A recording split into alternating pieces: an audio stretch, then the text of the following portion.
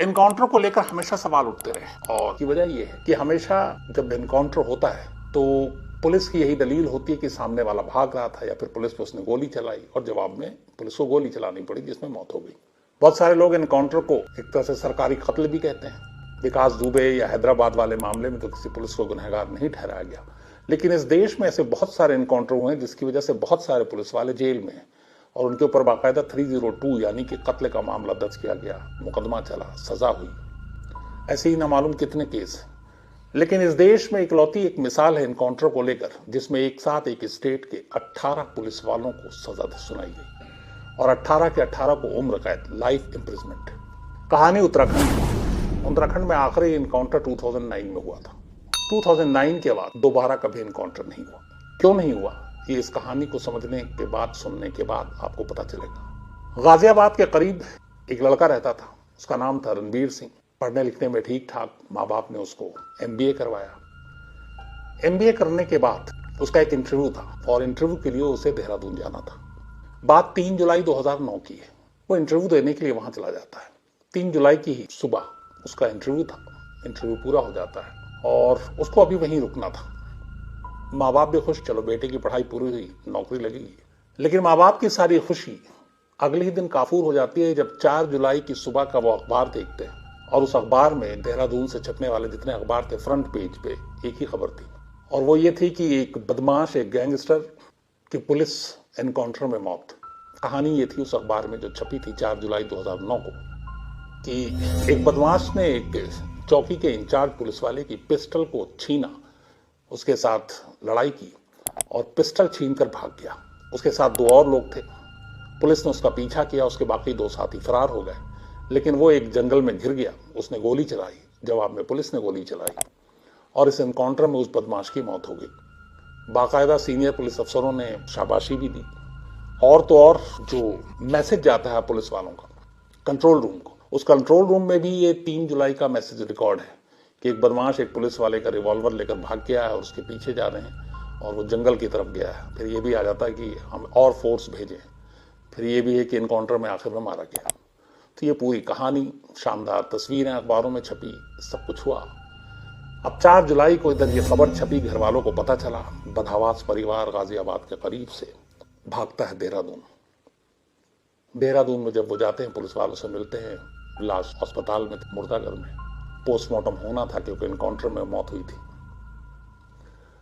अब वहां जाने के बाद से कहानी अचानक पलटनी शुरू हो जाती है। सारे अखबार में जो खबर थी कि एक बदमाश एक पुलिस वाले का छीन कर भाग रहा था, उसके 2 साथी फरार हो गए, गोलियां चलाई और वो क्राइम के मकसद से यहां आया था, कोई बड़ा हादसे को अंजाम देना था।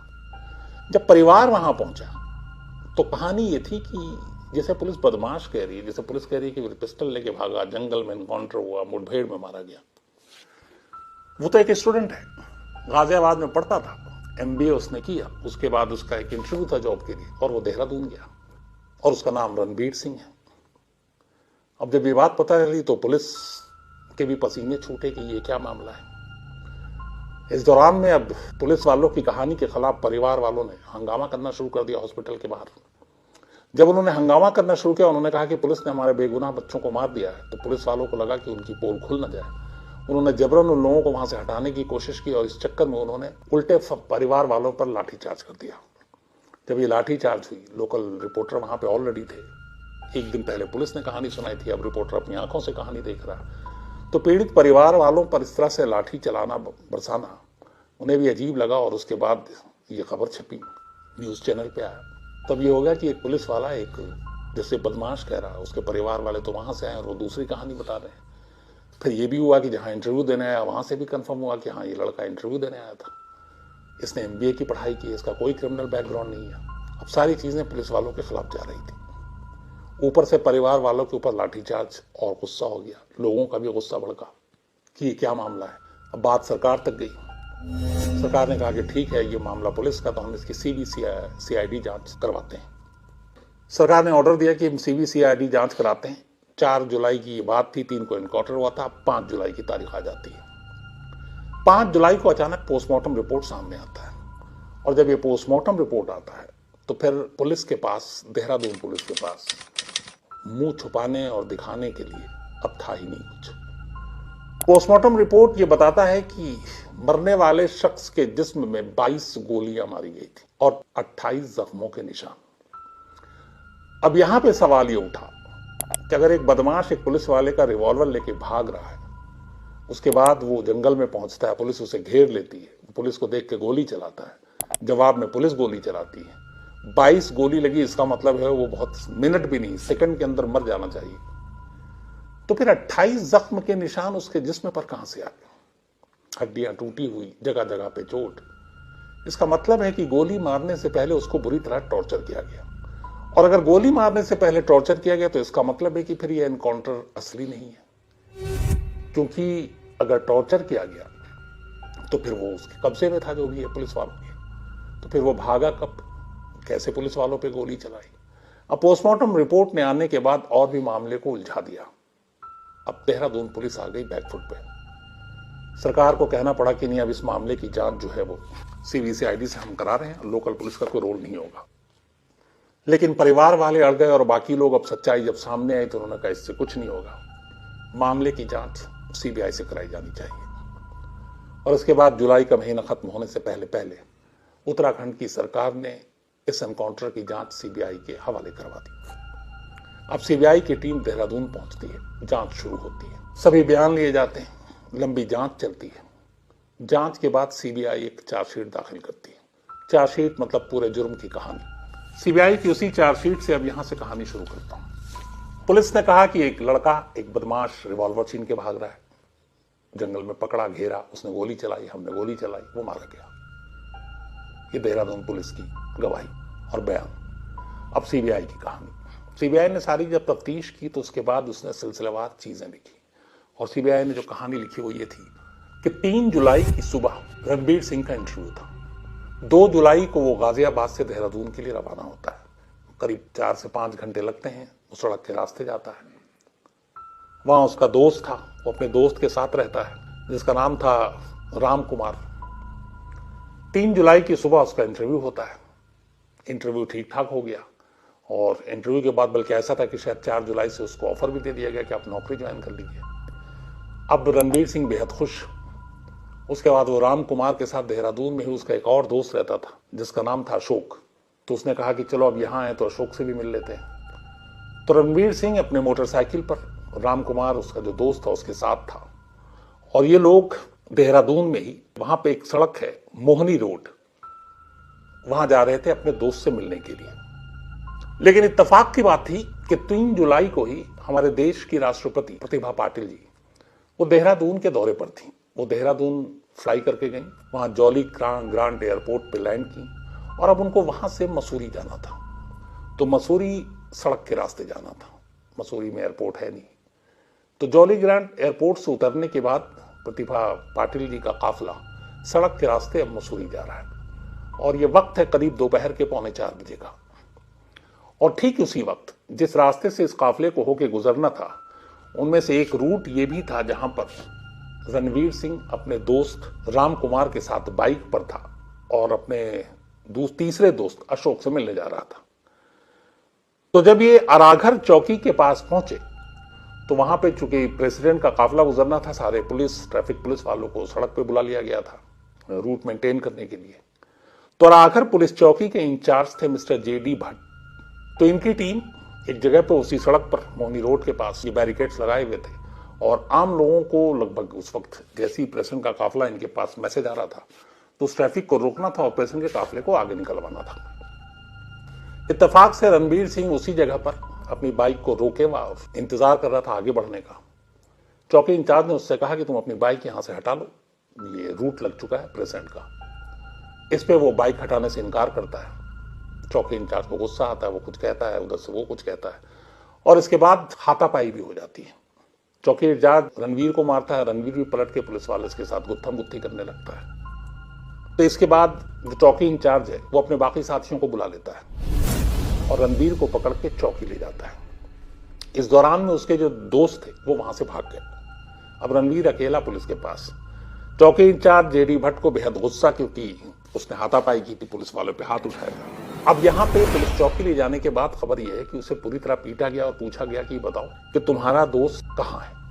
अब इसके बाद पुलिस की टीम रणबीर को लेकर धर्मशाला रोड पर उस फ्लैट में पहुंची जहां रणबीर का दोस्त रहता था। उसे लगा कि दोनों दोस्त यही भाग कर आ गए, राम कुमार और सूरज, लेकिन उस फ्लैट में दोनों नहीं थे। लेकिन हुआ क्या कि तमाम पड़ोसियों ने पुलिस को वहां आते हुए और रणबीर को पकड़कर लाते हुए देखा, तो वो सारे विटनेस हो गए। अब जब फ्लैट पे मिला नहीं तो पुलिस वाले वापस गुस्से में फिर चौकी पहुंचते हैं और चौकी ले जाकर बहुत बुरी तरह पिटाई करते हैं। पिटाई से वो बुरी तरह घायल हो जाता, लगभग समझिए कि उसकी जान ही निकल रही। अब पुलिस वाले को भी एहसास हो जाता है कि ये शायद बचेगा नहीं, क्योंकि बहुत ज्यादा मार दिया है। अब क्या करें, अगर कस्टडी में डेथ हो गई तो फिर नौकरी खतरे में है, जेल अलग जाने की नौबत आ जाएगी। यहां से पुलिस वालों ने प्लानिंग शुरू की। उन्होंने कहा कि अब एक काम करते हैं। उन्होंने एक कंट्रोल रूम को पहले मैसेज दिया। उन्होंने कहा इस फलाने जगह से सड़क पर एक बाइक मोटरसाइकिल सवार एक बदमाश जो हमारे चौकी इंचार्ज हैं भट्ट, उनका सर्विस रिवॉल्वर लेके भाग गया है और हम उसके पीछे जा रहे हैं, ये मैसेज देते हैं कंट्रोल रूम में। कंट्रोल रूम में मैसेज देने का मतलब ये होता है कि सब कुछ रिकॉर्ड हो जाता है टाइमिंग के साथ।